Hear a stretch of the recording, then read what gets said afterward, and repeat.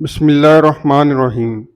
کچھ لوگ فجر تک جاگتے ہیں اور کچھ لوگ فجر کے لیے جاگتے ہیں۔ کچھ کو نماز نیند سے بہتر لگتی ہے اور کچھ کو نیند نماز سے بہتر لگتی ہے۔ بے شک فلاح پا گیا جس نے اللہ کا راستہ چنا۔ میں نے دیکھا ہے، میں نے محسوس کیا ہے، تہجد میں اگر آپ اپنے رب سے چاند مانگو تو وہ پورا آسمان دیتا ہے، اور کچھ دروازے اللہ ہماری حفاظت کے لیے بند کر دیتا ہے۔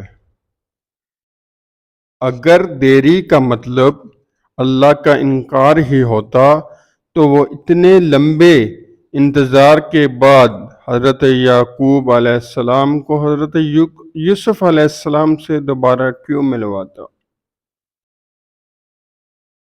فرمان مصطفیٰ صلی اللہ علیہ وسلم، مجھ پر سب سے زیادہ درود بھیجنے والا شخص روز قیامت میرے سب سے زیادہ قریب ہوگا۔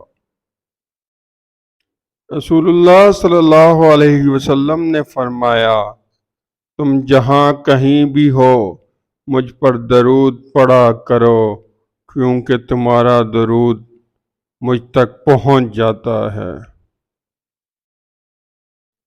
مجھے روزانہ یہ الفاظ ہمت دیتے ہیں، لا تحزن ان اللہ معنا، غم نہ کرو، بے شک اللہ ہمارے ساتھ ہے۔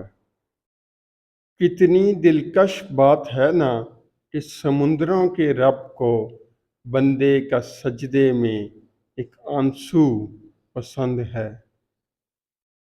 وہ آزمائے گا دنیا کی ہر محبت دکھا کر، پھر کہے گا بتا کون ہے تیرا میرے سوا۔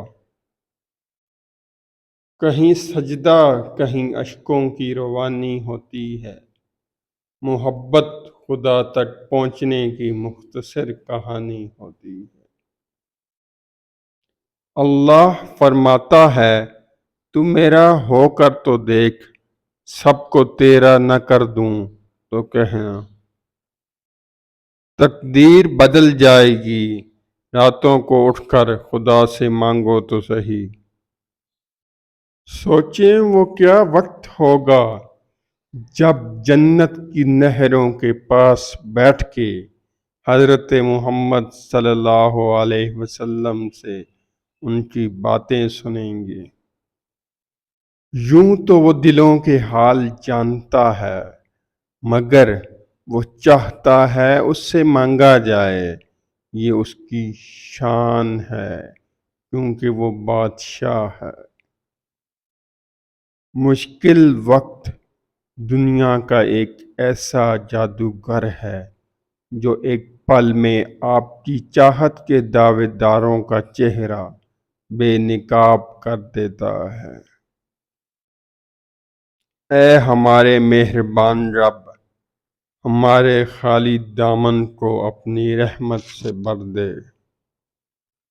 تم بس قبولیت کا یقین رکھو، کیسے ملے گا یہ سوچنا تمہارا کام نہیں۔